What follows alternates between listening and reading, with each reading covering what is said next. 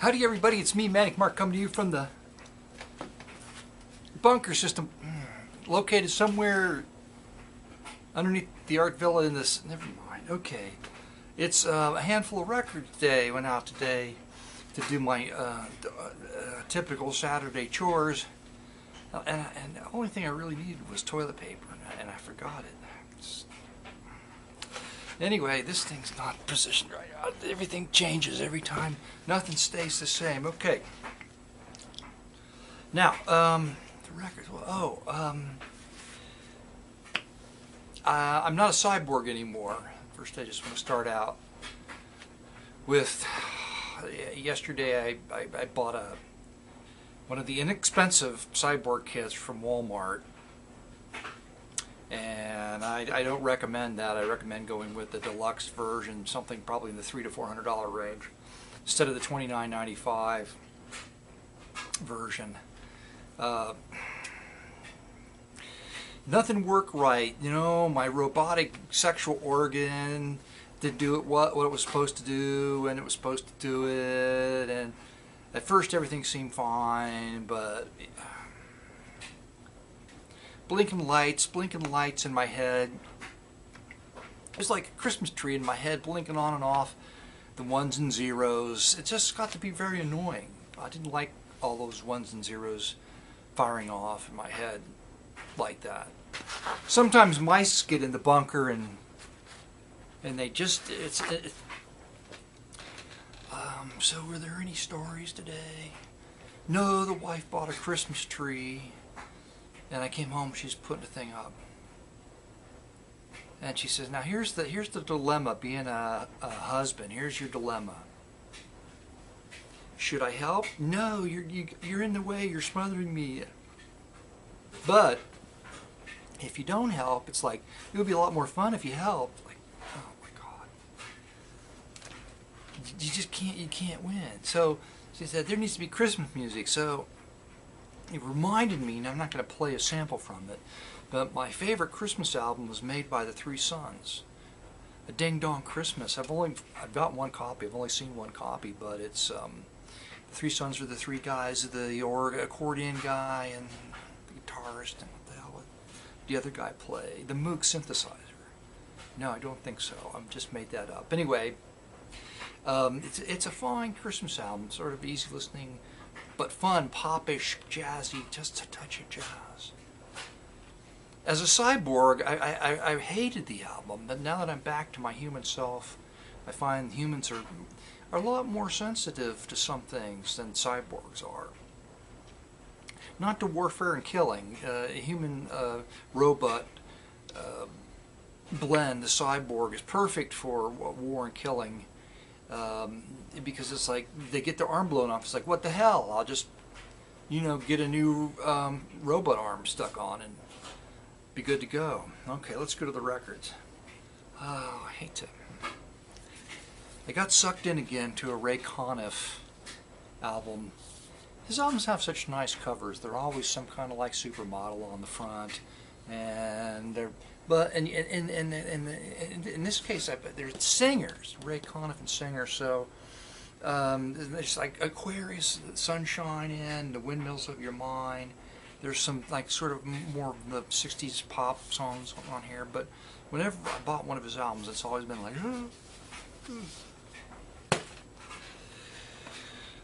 And I've got this, but I bought it again.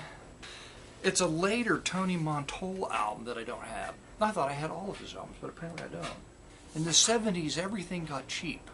Started to become really cheap. It's like in the 60s, things were pretending to be cheap, but in the 70s, stuff just was cheap for real. It's the Soul Harvesters sing at the Old Country Church, or how I like to say it, the Soul Harvesters. Here they are in the back. When you print a photograph of yourself, first of all, it's funny because they put their first names on their bodies, okay? Like Lloyd, he's in the middle. He's the one with the white belt in the middle. Shelby, Pam, Danny, Derry, Wayne, and Dwayne. Wayne and Dwayne. Oh, I hope they're not brothers. Anyway, whenever you print a photograph like at 50%, which is what this is, one color, black, 50%, it kind of makes you look like soul harvesters. Doesn't it look like it looks like From the Land of the Dead, The Walking Dead, The Day of the Dead, The Night of the Dead? It's the Nashville Jazz Machine. It's a CyBorg machine that plays jazz. It's located in Nashville. If you look closely, you can see robotic fingers and arms and like an eye, the eyeball. It always makes the noise. When the eye moves, it always makes the noise. Why does it have to make the noise? I'm sure that they developed an eye, a CyBorg robotic eye, that doesn't make noise when it moves. Okay. Singers Unlimited. This is just totally cheap. Rob Connell and the Boss Brass. Tangerine and Lore is on this. But the Singers Unlimited, it's a humorous name because, like, what if one of the singers becomes disgruntled and wants to leave the group? Well, the other singers, like, you know, go ahead and leave because there's unlimited singers out there. Don't think that you can't be replaced. It's dynamite, super sax, bamboo, Gloomy Sunday. Gloomy Sunday. That's a fun song. Not fun. It's sort of gloomy, but it's what the hell? It's gloomy and fun at the same time, if you can believe it. Okay. And apparently they played for a while because here's another one. This one is 1983 on CBS. Almost knocked over a painting that somebody wanted.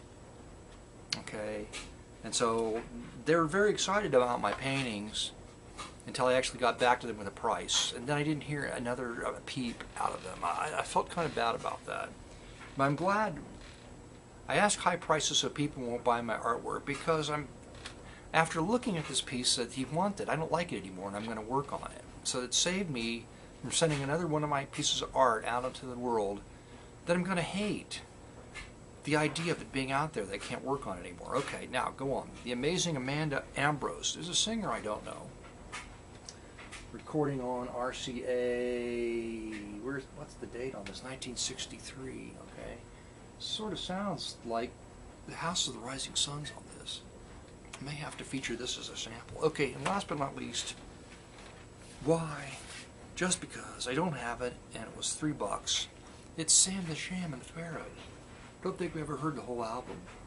There's a song on here called Haunted House, one called Go-Go Girls. Those two songs can be fun.